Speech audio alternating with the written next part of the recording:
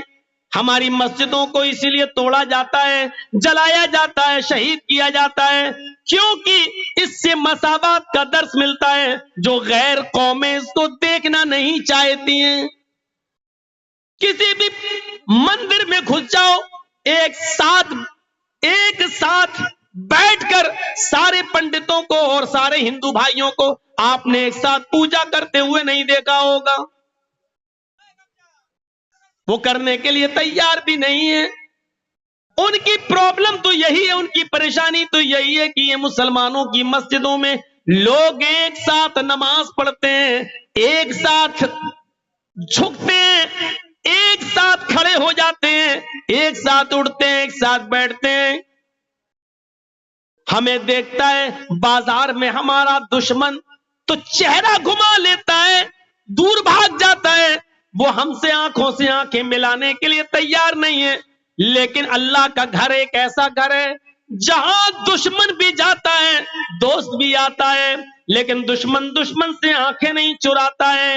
ایک بیروتی دوسرے بیروتی کو مسجد سے نکال نہیں سکتا ہے, بھگا نہیں سکتا ہے. وہ یہ بھی نہیں کہہ سکتا ہے چل ہٹ پہلے ہم نماز پڑھیں گے, تو بعد میں نماز پڑھ لینا, ابھی ہٹ میں مسجد میں آیا ہوں, تو ابھی اس مولوی کے پیچھے نماز نہیں پڑھ سکتا ہے, تو بعد میں آنا.